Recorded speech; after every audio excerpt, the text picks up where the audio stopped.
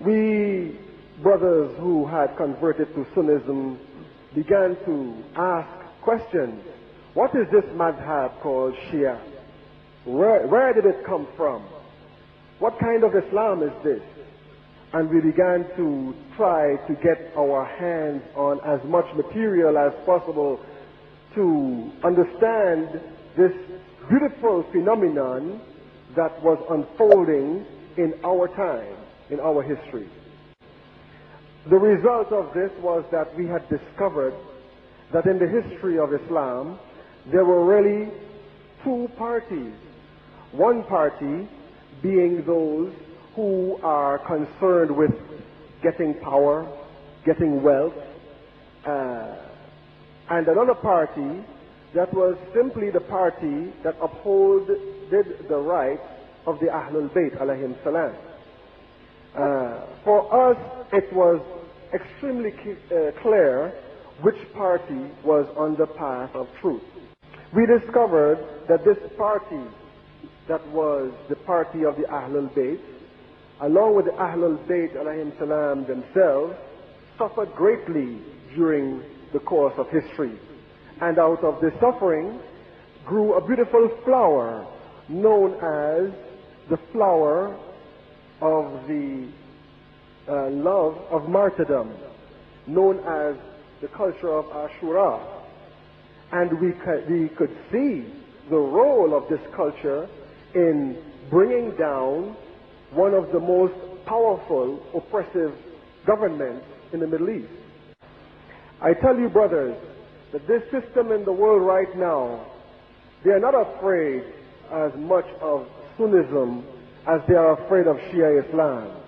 They are terrified of Shia Islam. And their terror for Shia Islam is what makes me very glad. Because this deen of Shia is based on love for Allah, and love for Allah cannot be achieved without loving the Ahlul Bayt, who are the manifestations, the physical manifestations of the names of Allah. It cannot be imagined. And love for the Ahlul Bayt is the source of love for each other, and love for ourselves, and love for truth. And the other pillar that this deen of ours is based upon is the lack of fear of death. The lack of fear of death, the love for martyrdom. And these two factors scare the living daylights out of the oppressor. I don't know if you can translate. And the system of kufr, the system of oppression in this society, in this world today, is not based on love. It is based upon satisfying one's desires, which they misinterpret as love. Selfishness is not based on love. This system is based upon the fear of death. They say to you, try to live as well as you could and forget about death. And our deen, this deen of the Ahlul Bayt alayhim salam, is diametrically opposed to this, diametrically opposite to this. So therefore this deen of Shia stands as a threat to that system. In our deen, love is our blood and death is our friend. And the oppressor, realizing this, realizes that he can never defeat someone who believes in this way. With this type of attitude, one Shia is equal to 1,000 normal Muslims. In my city, Toronto, the brothers who became Shia, we did not know much. We could not read Arabic. We couldn't even read Farsi. We had to depend upon books that were translated. Most of these books were Sunni books in order to educate ourselves about Islam. But when we went out on the street and when we did tabligh, The Wahhabis were afraid of us. Because truth is not what comes out on your tongue. Truth is what is in your heart. Truth is your being. And being Shia and walking around with the light of the Ahlul Bayt in our hearts were enough to illuminate the path of truth to the people. Because what is Tabligh? Tabligh is really nothing more than jihad. Tabligh is nothing more than jihad. The jihad against one's own ignorance, or the jihad against all those forces that threaten to keep us aware of the truth. This is Tabligh. Some people tell me that some Muslims tell me that oh, you Ahmad, you are better than me. You came from Masihi, you become Muslim. I grew up as a Muslim. This is my religion, but you chose this religion, and therefore you are better than me. This is not true. This is not correct. Every time we see a problem in our lives or in our society that we recognize to be an enemy of Islam, it is our duty to be Imam Hussein. And every time you do not want to rise up against that, you're nothing but a damn kufan. I don't want to repeat it.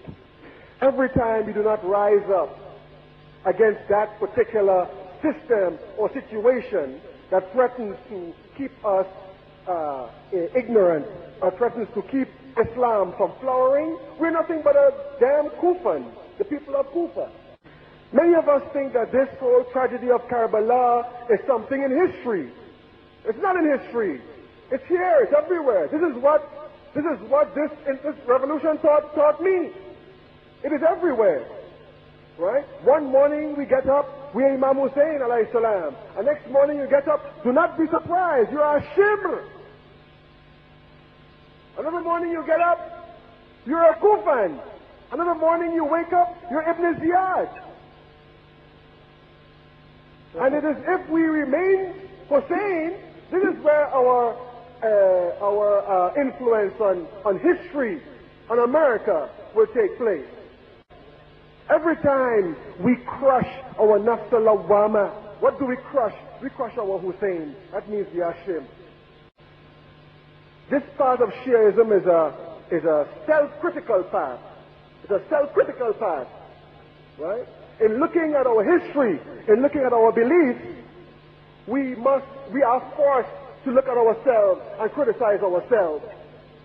And if we are honest about this will make us better people. Wherever we are. Wherever we are. You could be living in Toronto or you could be living in Qom. It makes no difference. Once we are on that path, we would be a light for the whole world to see. If we are not on that path, may Allah send His curses down upon us and put us in the hell with those kufans. Right now, the West is in trouble. The West is in big trouble. Every day in the paper you hear about somebody killing 5 people, 10 people, 20 people with a gun in some school or in some place of work. Women are getting more rights. Women are getting more power in the government and in the economy. But they cannot walk the street alone at night. This idea of equality between men and women has gone so far that in society people perceive no difference whatsoever. So even the idea of a man being pregnant is one that is appealing to them. It is only among the communities of Muslims, of sincere Muslims in America, in the West, that people find a relief from this type of ignorance.